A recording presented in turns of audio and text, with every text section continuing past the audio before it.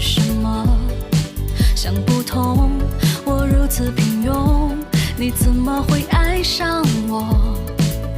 你的大起大落，我的笑话笑过，你是传说，而我是什么？想不通自己的疑惑，你怎么会爱上我？爱有一千万种变化，我不懂，是我脑袋空空，只能容下你，只容得下你，上辈子下一世，生命轮回几次？爱有一千万种变化，我不懂，是我脑袋空空，只能容下你，只容得下你，上辈子下一世，生命轮回几次？爱有一千万种变化，我不求有你就已足够。时间慢慢流，我们慢慢走，我不急，我等你，等着你，别忘。爱有一千万种变化，我不懂，是我脑袋空空，只能容下你，只容得下你，上辈子下一世，生命轮回几次？爱有一千万种变化，我不求有你就已足够。时间慢慢流，我们慢慢走，我不急，我等你，等着你，别忘记。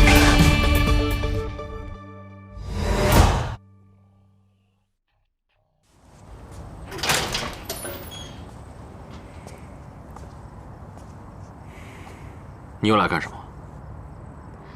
我来，只是想告诉你们，他们都很好。真是麻烦你了。这么小的事，还有劳你亲自跑一趟。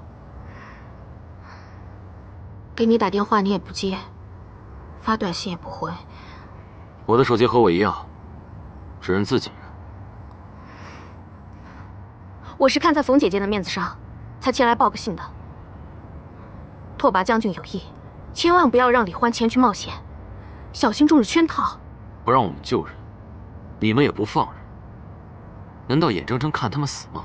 我自会用我的方法来保护他们的。你以为我会相信你？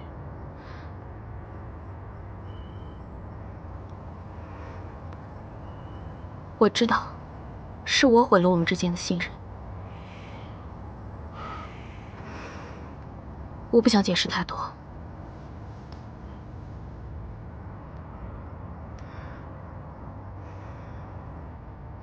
倘若有一天你愿意相信我了，你再来找我，后会有期。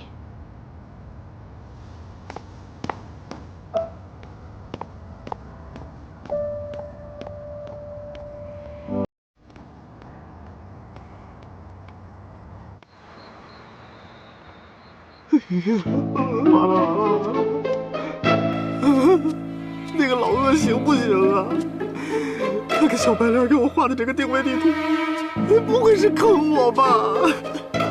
爸爸，你在哪儿啊？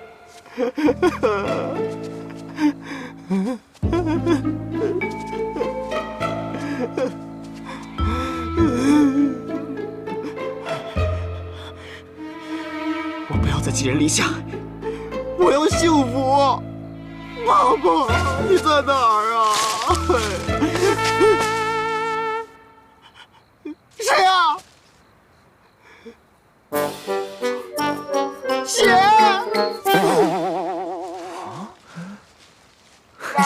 阿飞，我们还没怎么着呢，这就……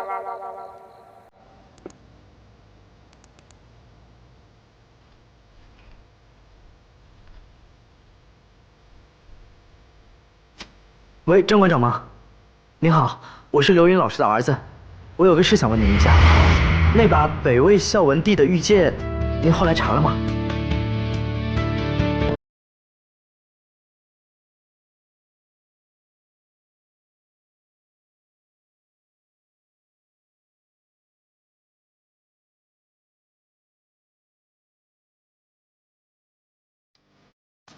你慢走啊，哎， 麻烦您了。还没事。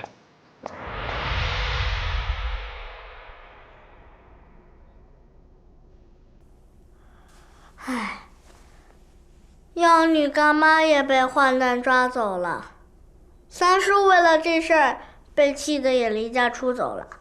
坏蛋，坏蛋！要是真把你们抓着了，一定要杀你个五马分尸！唉，虽说那坏蛋是叶波的亲爹，但是你老爸待他也不薄呀。要不是你老爸，他能活到今天吗？以后我们都不带牛宝宝玩了。好。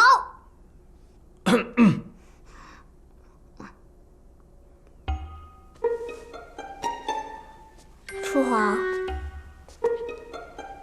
这世间不仅女人能伤男人心，男人也能伤男人心呐。父皇，人生也不过这么如此嘛，你也不要太难过啦，啊！你这个小大人，我觉得他说的对，正所。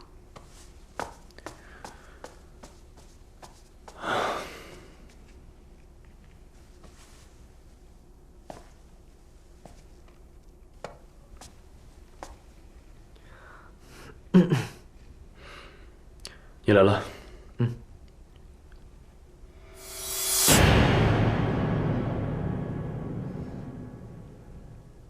我们去楼下谈。我走了很多地方，都没有你那把剑的下落。有人说在私人拍卖行见过，也给了联系方式，但追踪下来，线索都断了。也可能当日被当成了垃圾废铁清理掉了。你做了这么多，我这里所有的家产都给你，也付不起。那是当然，所以我要继续追查到底，把你掏空。好，那我等着。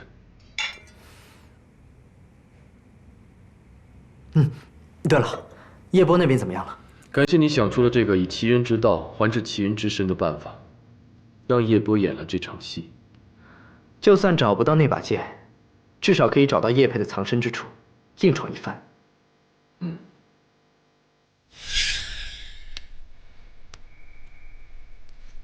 大哥，虽然我有宝宝，是经常老不正经，但我分得清是非黑白。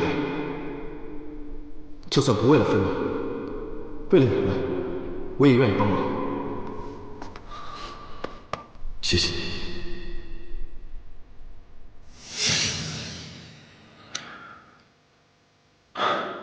苦了叶波演了这出苦肉计。放心吧，鳄鱼给他装了最新最隐蔽的定位系统，相信他很快就会传来消息。他现在是深入虎穴，我们必须尽快想办法接应他。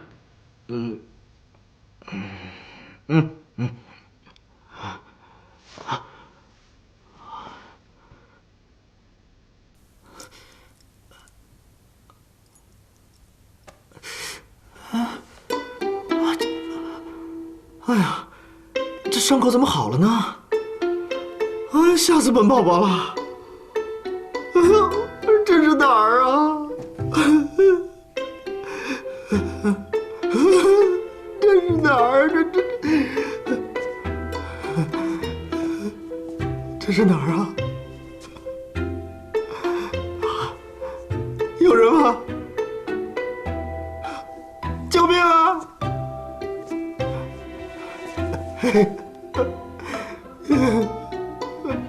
有没有人啊？救命啊！有没有人啊？救命啊！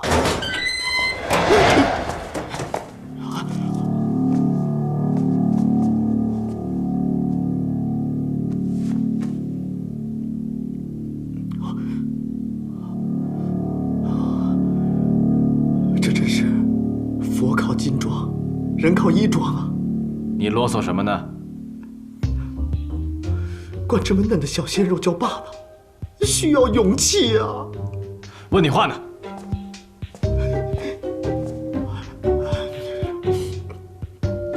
爸爸！哎呀，爸爸呀！你们出去吧。是。爸爸！我终于找到你了。上次见到你的时候，我就觉得很亲切，原来真的是你呀，我的爸爸呀！赶快起来吧。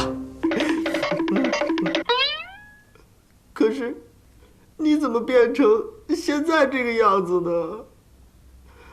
爸爸。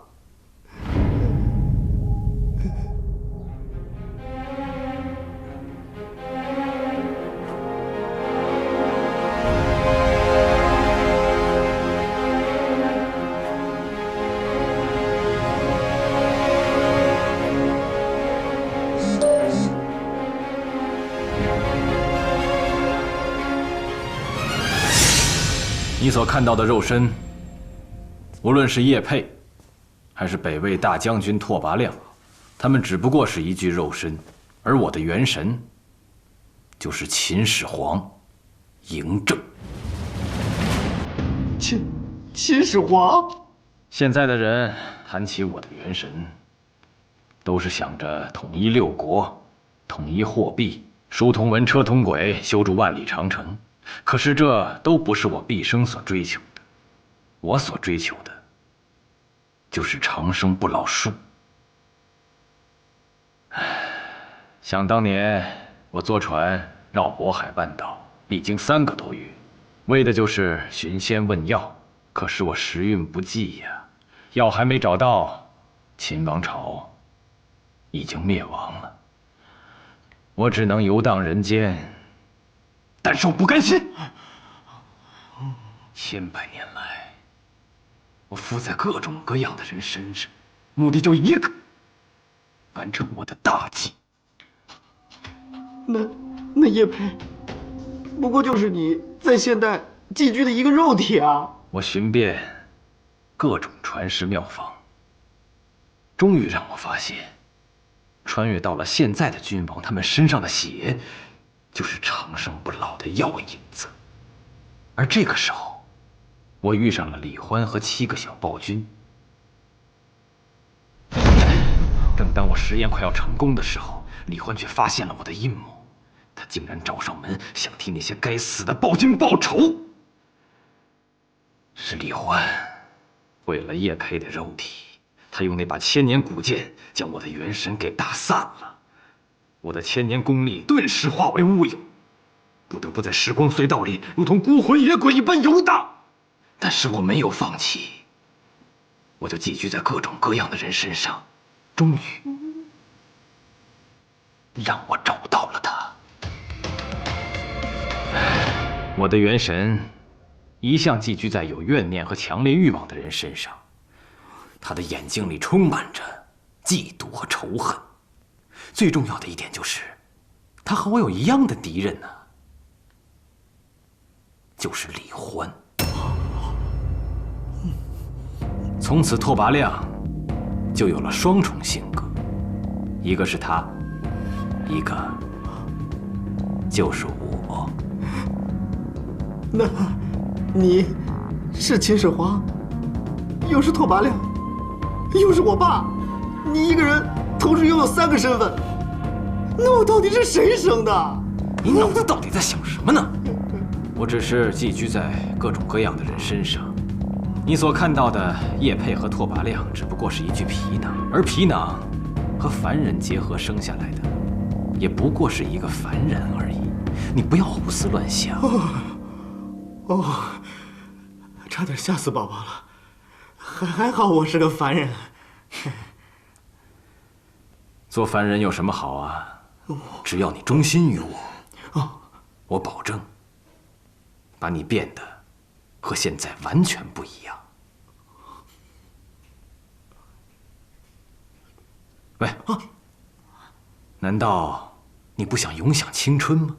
想，青春，我有研究的。我虽然是个男的，但是呢，我每天都有保养我的皮肤，我贴面膜，我每天都做瑜伽。你看这，好吧？靠这些是没用的。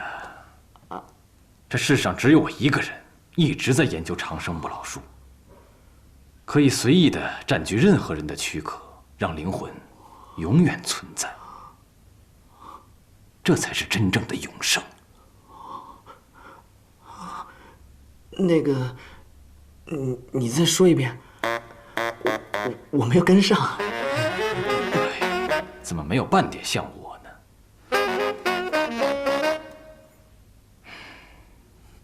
简单的来说，长生不老，就是要喝下李欢和冯峰的阴阳之血。所以，我今天就等着这一刻。只要吉时一到，他们就自然而然的会把这血给贡献出来。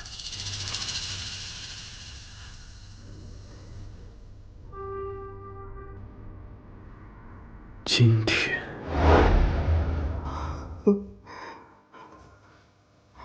原来你还会吸血啊！孺子不可教。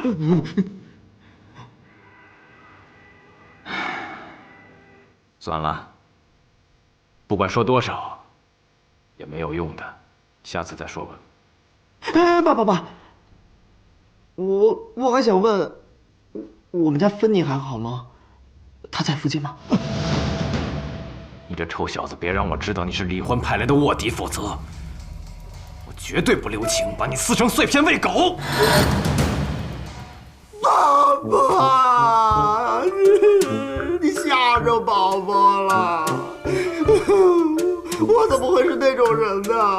哎呀，你都不知道我这段时间是怎么熬过来的。不仅要扮小丑，逗小皇帝笑，还要哄伺候李欢一家老小，那种寄人篱下的感觉实在是太痛苦了。哎呀，爸爸，在这个世界上，我就只有你一个亲人了。好了，给我站起来，别像一个女人一样唧唧歪歪的，我头疼。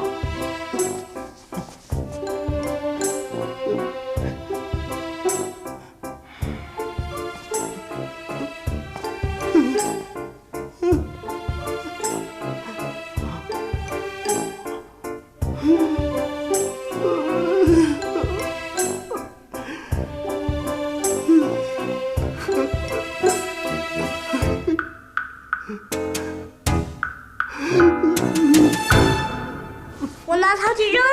我在丢你！我拿糖去再打你！哎，爸爸，陪我玩吧。爸爸要出去。你要出去啊？去哪？黄慧那边有新的消息，我得去看看。你们俩最近搞得好神秘啊，什么都不跟我和元宵分享，真当我们是老弱妇孺呀？是啊，我不敢保证，但至少我的实力应该证明了不下 N 次了吧？我知道我的年纪小，但好歹也是一国之君，你不能用一般的眼神来看我。好，我答应你。但是，你也要答应爸爸，如果遇到危险呢，你要像个大人一样，先照顾好自己的安危，照顾好自己，爸爸才没有后顾之忧。你一定要快快乐乐、开开心心的长大。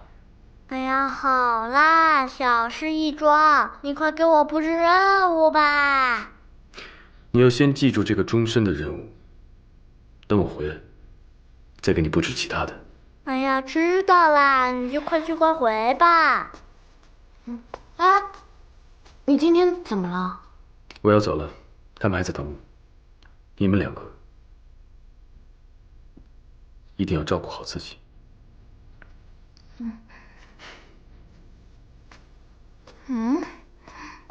我觉得这种感觉好像似曾相识。唉，男人有男人的事情要做，像你这种女流之辈是根本就不会理解的哦。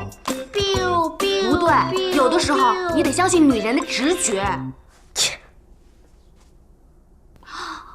在我心目中呢，任静是一个特别会关心别人的女孩。从今天开始，你不只要关心别人，还要照顾、爱护好自己。啊，大事不好了！他上次跟我告别的时候，就是这个样子的啊。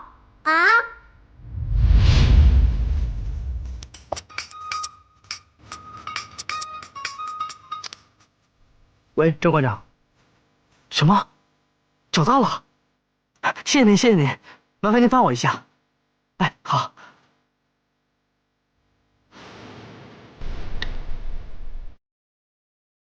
世界也太小了吧。喂，静静，我正好有事找你。什么？你先别着急，在家等我。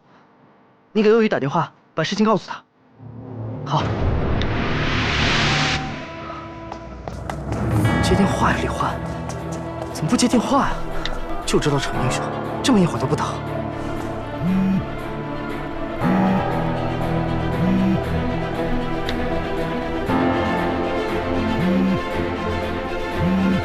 王辉，对不起，这件事情都是因我而起，只有我自己去，我不想再牵连任何无辜的人进来，就让我一个人去把这一切做个了断吧。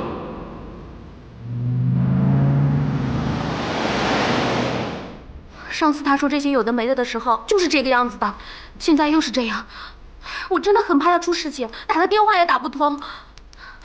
喂，你们到底在找什么呀？老大带走了定位器，他还真是铁了心不让我们找到他，他这么去不是白白送死吗？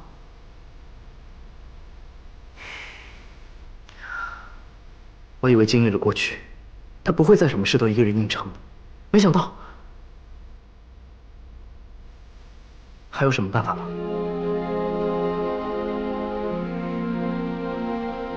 看来我只能联系他了。你们给我点时间，我马上回来。啊，喂，好你个死黄灰，你到底有没有把我放在眼里啊？我就知道你们背着我搞小动作。不告诉你是怕你危险。你担心我啊？是李欢担心你们的安全，我不跟你说了。啊，你不是想帮忙吗？有件事需要你的协助，而且只有你能做到。我？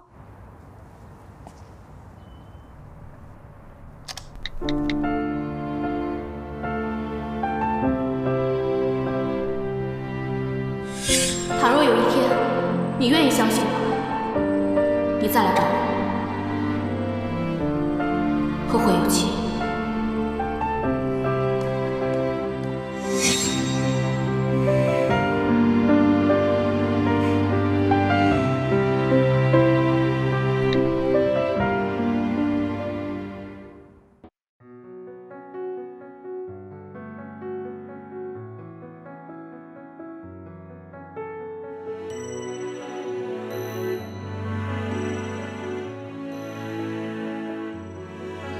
逃不开，望不穿，也放不掉的情感。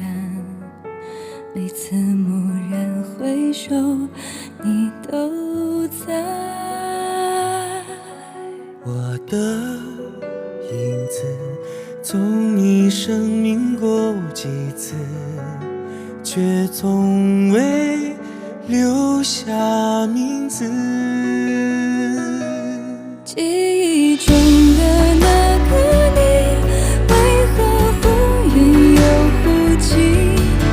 原来已是已久的幸福，在身边栖息。记忆中的那个你，其实我从未远离。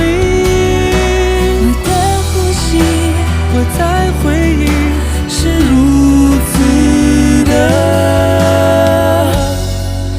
清晰。